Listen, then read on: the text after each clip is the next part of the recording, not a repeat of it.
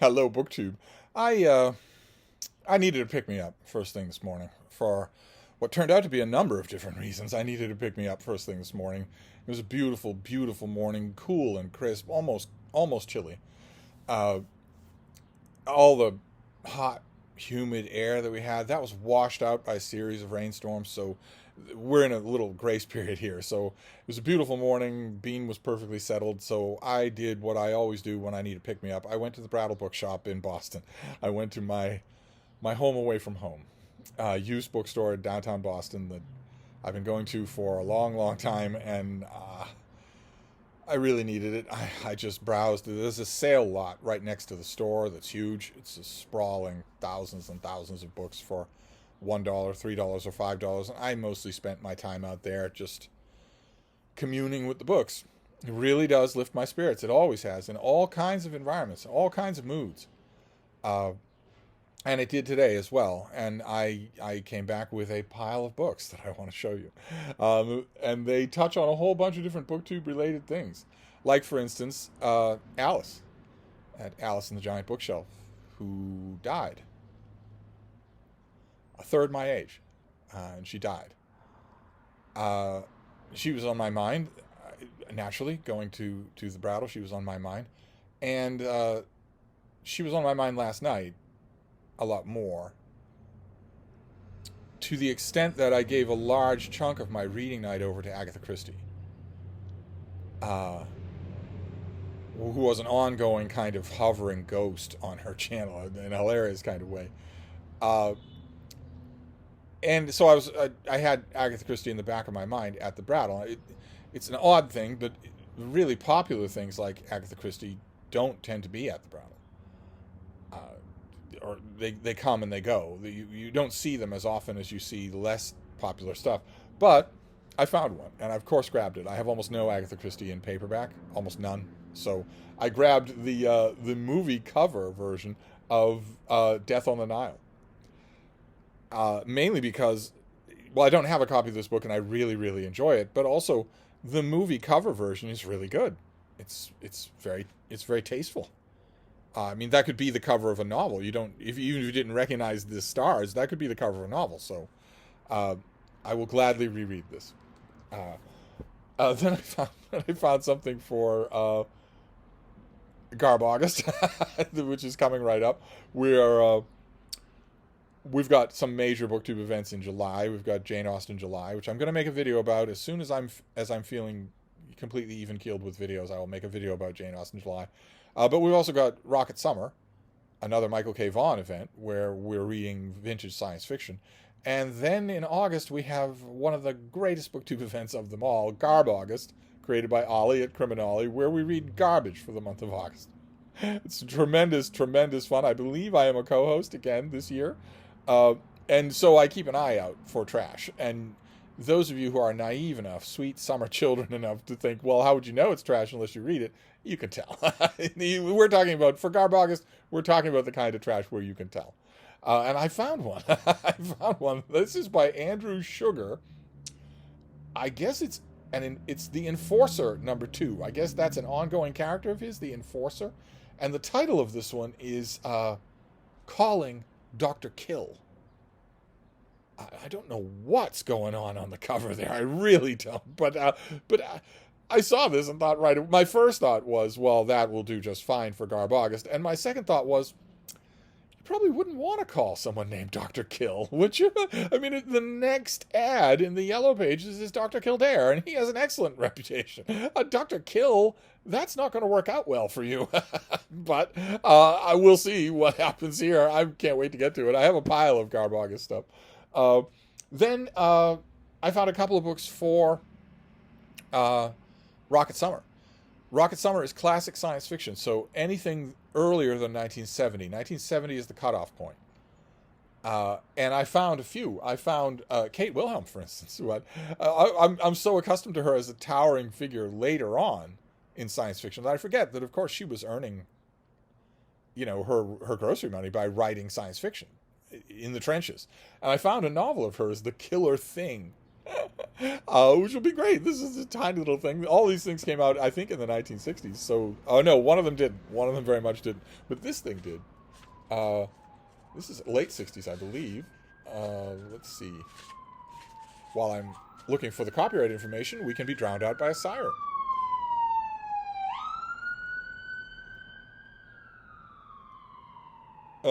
Yes, 1967. Dedicated to Ted Thomas, Gordy Dixon, John Brunner. Wonderful. All right, so The Killer Thing. Then I found an ace double.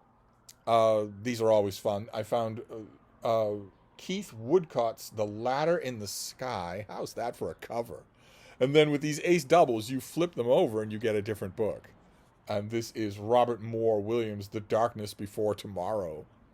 And I checked. The copyright dates on both of these are from the 1960s. So this whole volume will work just fine for me. And then I found a sequel, but it's in perfect condition.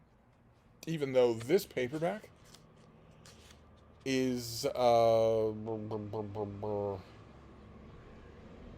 my, you're not going to tell me when this is? No? You're not going to tell me. Okay, well, the book itself is from the 1920s.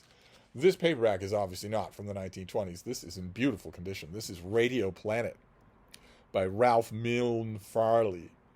This is not the first book, and this is not the first radio book, a book in the radio series, and Ralph Milne Farley is not the real name of the author. The author, for a long time in his life, lived about a 5-minute walk from my front door. And led a double life, fittingly enough, for a science fiction author, led a legitimate double life. Mr. Adams, dear Mr. Adams, I cannot write with any style or proper etiquette. I don't know a participle from a predicate. I am just a simple cobbler from Connecticut. This is going to be a blast, and I couldn't resist because it's a Michael K. Vaughan event. And I trust that all of us know Michael K. Vaughan's channel well enough so that whenever we see a talking ape or a giant bug, we think of him immediately. Or I guess a talking bug and a giant ape, either one will work. Then I found Penguin Classics. I love it when I find a Penguin Classic at the Brattle. I found these. They're in perfect condition. They're mass market paperbacks. I didn't know off the top of my head if I had them, and I still don't. So I will look and see, but it doesn't hurt for $1 to have a double. This is Vasari. This is The Lives of the Artists, Volume 1 and Volume 2. In the George Bull translation that has so much muscularity to it. It's such a you know that you're reading a book. You may not be reading Vasari, not exactly. Bull pulls his punches here and there and changes the text just a bit. But you're reading a really good work of English, which is great. That's a great thing for a translator. I really wish that Penguin Classics would come out with a deluxe edition of George Bull's Vasari's Lives of the Artists in one volume. I really wish they would do that. That would be great. To my knowledge, they never have. But it would be wonderful. But this is all the famous artists. Vasari, of course, he's always mined by lazy readers who just want to read the lives of the famous people, the 5 or 6 famous artists that they know. But all of them make great reading. Almost all of the lives in Vasari make great reading. Then I found a trade paperback of something that I might very well have here as in hardcover. I couldn't quite remember, but it was dirt cheap, and I don't mind having a double. This is James Hosmer. Hosmer wrote a biography of Samuel Adams. It's really good. He bases it on William Wells's book, which I had once upon a time. William Wells's biography of Samuel Adams died in a fire. Actually, it was in a fire, but it died by water. Kind of a Hobbit-style riddle there. But this book adds more modern twists and turns. I think this is from the 1960s. Is that right? 1980. Okay. Well, anyway, it's a solid little paperback. It's in perfect condition, so I imagine that it'll hold up fairly well. There's the bean. There's my baby. Then we have some World War II history. Richard Hoe, this is The Longest Battle, The War at Sea. Don't have a copy of this. It's really, really good. It's really readable. It can go on the World War II shelf. I wasn't going to pass it up for $1. Then classic Steve book. Every once in a while. I mean, the Samuel Adams book, you could easily say was a Steve book, but every once in a while I will find a book out in the sale lot that no one is going to want but me. No one at all. And I found that today. 2 volumes, actually. This is 2 volumes by the Duke of Argyll,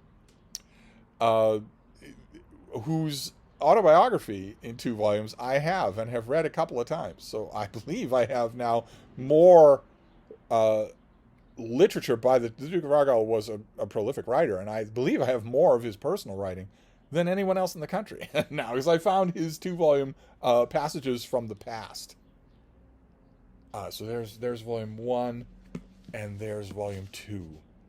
These, once I read them, I'm gonna read these this weekend. Once I read them, they're going to go on the shelf right next to his autobiography. And there is himself as a little boy. That was the last minute in his life before he had a pudgy face. And this has the pages are not cut in this thing. The original owner did not read this, and it's full of black and white pictures of the ancestral home in Scotland and all sorts of the illustrious people that he knew. Fantastic. These things have obnoxious library stickers on the front, but those can be dispensed with. I can get rid of those. Okay, then this next one, another Brattle tradition. I won't even call it a second chance, because there is a second chance coming up, and this is not that. This is more like a 10th chance. It's one of those books, I mentioned it before, it's one of those books where it just won't let go of me. And sometimes these go on for absurdly long lengths of time, where a book just won't let go of me. And I keep trying it and retrying it and retrying it and retrying it. I don't know what that is, but I'm just superstitious enough not to simply ignore it. So I found a perfect condition hardcover copy with a plastic covering of John Barth's novel Letters. I don't want to block the bean. This is a huge epistolary novel in which he writes just endless letters to real people, but also to fictional people, including his own fictional people, characters that he invented, characters from his earlier fiction. And I want to know the cutoff point for this author. John Barth was a brilliant author. He wrote Giles Goatboy is well, it's a little bit too hippie counterculture for me. I didn't particularly like it even when hippie counterculture was in. And Chimera, his novel in verse, is quite good, I thought. Just self-indulgent at times, self-indulgent at occasional enough points so that you notice it. But his novel, The Saltweed Factor, is one of the great American novels of the 20th century. Now, I don't know if that's just lightning striking a golf ball in the air, if that's an unusual thing, but I read that book, and then I reread it, I taught it, I've handed it to a million people, and I esteem it so highly that esteem spilled over onto this author just in general, when I'm the first person to say that it shouldn't. It's a myth of the publishing industry that people have a lifetime of worthwhile stories to tell a paying audience. That's a myth of the publishing industry. That's not actual reality. In all but a tiny handful of cases, that's not actual reality. I was very late coming to that realization with John Barth. I read this book and did not know what to make of it. I read Tidewater Tales, which I believe came right after this, and knew even less what to make with it. And then there were the books that ended his life. He just died this year, but he wrote 5 or 6 books after Tidewater Tales that are pure self-indulgence. There's no worth to them at all.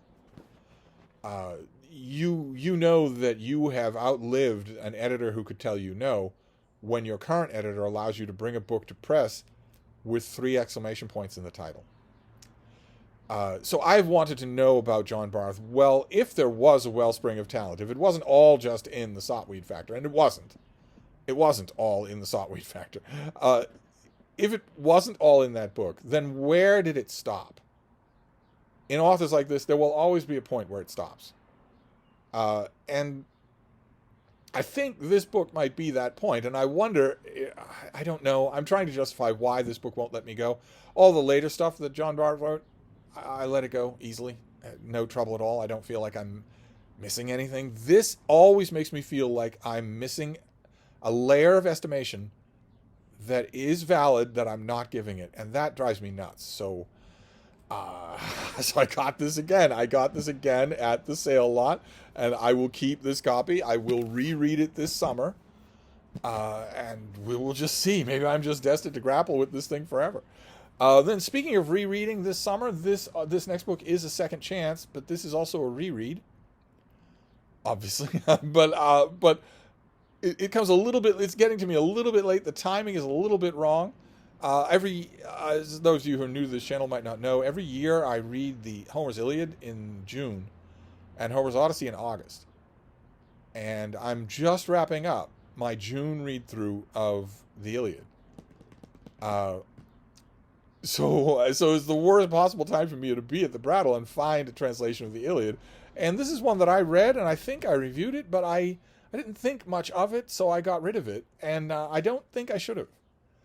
I don't think I should have. This is a classic Brattle second chance. This is Stephen Mitchell's translation of the Iliad.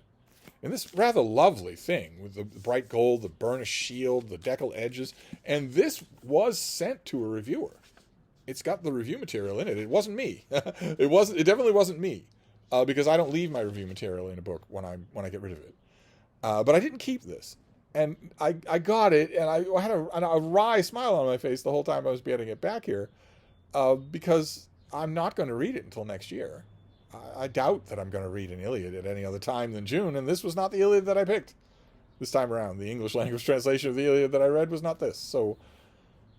This is going to have to go on a pile, unless maybe, I'm only 28. And once I'm 30, I can get set in my ways. But now I've still got a couple of years to go, so maybe I will read back-to-back Iliads. It's not like the sky will fall if I do, and I'm curious to see if I will like this better on a second read than I did the first time. Actually, the second time, because I got the galley copy. This came out before we were talking to each other. I got the galley copy. Is that right? It did come out before. This is well over a decade old, isn't it? Yeah, 2011. I got the galley copy and I read it, and then I got the finished copy and read it. Of course, if a new Iliad translation comes out, I break my rule about reading it only in June because it's new to me. But I think I want to give this another try. So maybe I will just dispense with my rule and read this summer, or maybe even. Maybe I will read the Iliad both in July and in August and skip the Odyssey this time around. Whoa. And then the final thing here. The final thing is an indulgence. You indulge like this when the prices are like they are at the Brattle. I got another collected Shakespeare. So this is 2 collected Shakespeares in no more than 3 weeks. And makes probably my 5th or 6th collected Shakespeare. Partly the reason why I keep getting these big collected Shakespeares is to propitiate the gods. I want the gods to know that I will keep getting collected Shakespeare. See, I'm on the team. I'm all for it because I want one particular collected Shakespeare.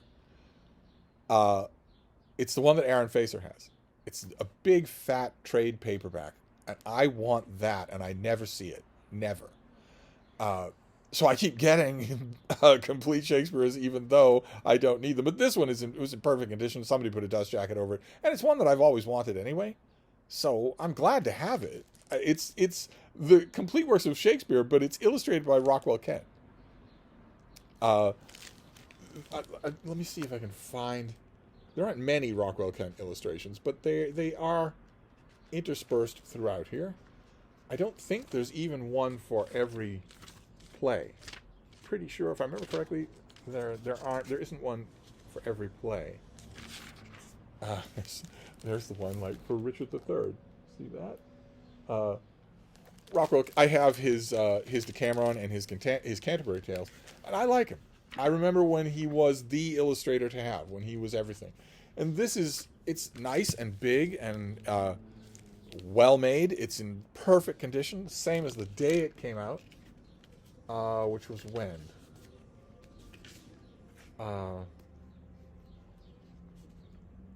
This is edited from the Cambridge text by William Wright, with a preface by Christopher Morley.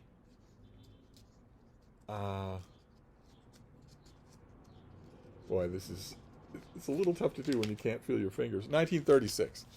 This does not look like a 100-year-old book. So I grabbed it. I mean, so I've got another collected Shakespeare. I've got another translation of the Iliad. So what? So what? So I wanted to pick me up. I grabbed whatever struck my fancy. So there you go. That was my Brattle trip this morning, and it did put a smile on my face. So let's do a Steve pyramid, shall we? This is the Rockwell Kent collected Shakespeare. Insane to call it that, but I don't know anyone who doesn't call it that. That's what distinguishes this volume. No one thinks about right. Then the Stephen Mitchell translation of the Iliad, a rather pretty thing. We have Letters by John Barth, big late novel of his, a hinge point in his career, I believe. We have Passages from the Past by the Duke of Argyll. We have The Longest Battle, The War at Sea in World War II. We have Hosmer's biography of Samuel Adams. We have the Penguin Classic Lives of the Artists by Vasari. We have Radio Planet by Ralph Milne Farnley. I looked for the other radio books and I didn't see any, but I will gladly read this for either Rocket Summer or Garb August, or both. The Ladder in the Sky and The Darkness Before Tomorrow. 2 vintage science fiction novels for the price of one. The Killer Thing by Kate Wilhelm. How amazing is that to find? The Enforcer number 2, Calling Dr. Kill. I wouldn't, but maybe you will. And finally, Death on the Nile by Agatha Christie. Partially in memory of Alice and the Giant Bookshelf. She brought a lot of joy to BookTube. She did BookTube exactly right. So I had to get an Agatha Christie if I could. So there you go, I did. And I brought these back here. It's an absolutely beautiful day. Just a beautiful, beautiful day. I think we're going to top out at 80 degrees Fahrenheit. Type of summer day where you don't need any extra help. You open the windows, but that's it. You don't need even a fan going, much less an AC unit. It's totally silent here. It's absolutely wonderful. And that means that the night is going to be unearthly beautiful. Just unearthly beautiful. Looking forward to it. I'm going to do a lot of reading. I got a lot of books today, and I needed it. So good. But anyway, I'm going to wrap this up for now, but I'll be back. Thank you, BookTube.